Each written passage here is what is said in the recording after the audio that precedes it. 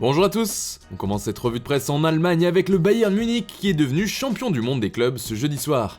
Les vainqueurs de la dernière Ligue des Champions ont battu les Tigres de Monterrey d'un certain André-Pierre Gignac en finale sur le score de 1-0.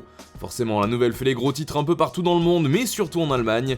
C'est le cas en une de Süddeutsche Zeitung qui titre le pack de 6 complet, en référence au 6e trophée en moins d'un an remporté par le club bavarois, et certainement pas à une boisson mousseuse populaire en Allemagne ou à des abdominaux bien dessinés. La nouvelle fait aussi la couverture de Bild qui titre plus sobrement de son côté « Le Bayern est champion du monde », résume simplement le quotidien d'Outre-Rhin. En Angleterre aussi ça jouait ce jeudi et Chelsea a battu Barnsley en FA Cup sur le plus petit des scores. Victoire 1-0 des Blues donc, grâce à Tammy Abraham qui trouvait le chemin défilé à la 64e minute de jeu. Le seul buteur de la rencontre fait les gros titres des quotidiens anglais ce vendredi comme ici avec The Guardian. Il propulse Chelsea en quart, raconte le journal. Tammy a un toucher magique, s'amuse le Daily Star, en faisant un jeu de mots entre touch qui signifie toucher et Tuchel, le nouveau coach du club londonien. Enfin, cela fait aussi la une du Daily Mirror, merci Tam, peut-on lire en couverture du tabloïd.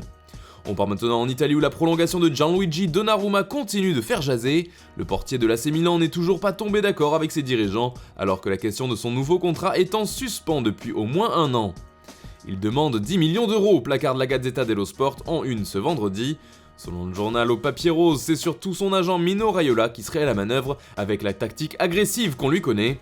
Il veut que Donnarumma soit parmi les mieux payés au monde, explique le quotidien, et demande un nouveau contrat d'au maximum 2 ans.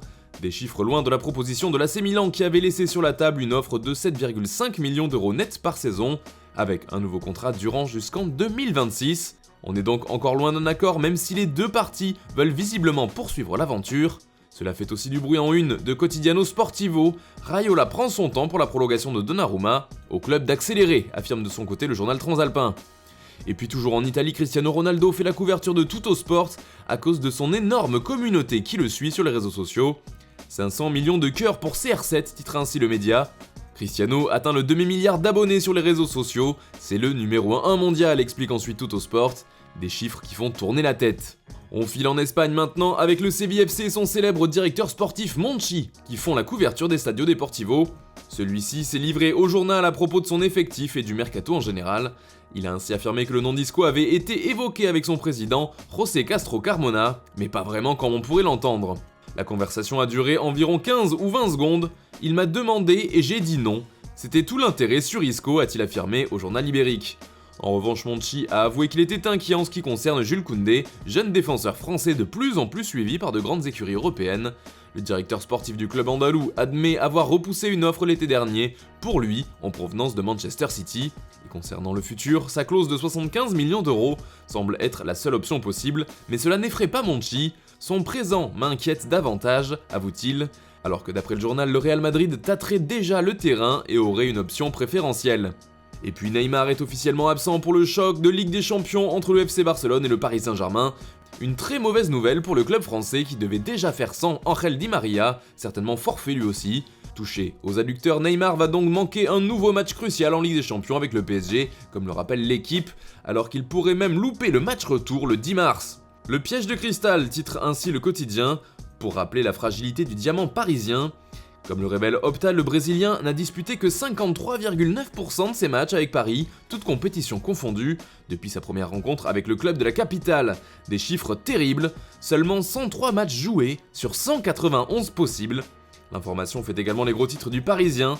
Neymar va encore rater un grand rendez-vous, se lamente le quotidien local. Ce dernier se demande s'il est vraiment maudit ou simplement trop fragile et nous livre une belle infographie avec les principaux pépins physiques qu'a eu Neymar depuis son arrivée à Paris. Cette information a aussi fait l'effet d'une bombe en Espagne. Neymar fait les gros titres de la presse ibérique, forcément, alors qu'il allait jouer contre son ancienne équipe. Il est KO pour Mundo Deportivo qui met en avant son absence pour environ un mois. Le Brésilien fait aussi la couverture de l'Esportiu qui remarque qu'avec son absence, la pression s'enlève un peu de la défense du Barça. Enfin, il est également en première page de Sport ce vendredi. Le journal confirme qu'il ne fera pas son retour au Camp Nou. D'ailleurs, celui-ci nous apprend que le Barça a un plan pour Paris. Il s'agit de forcer Araujo et Dest à revenir dans le 11 titulaire pour recomposer la défense et lui donner un peu plus de vitesse et de sécurité. Car Ronald Koeman serait très préoccupé du grand nombre de buts qu'encaisse la défense du Barça. Voilà, c'est tout pour aujourd'hui, on se retrouve dès demain pour une nouvelle vidéo. sur Foot Mercato.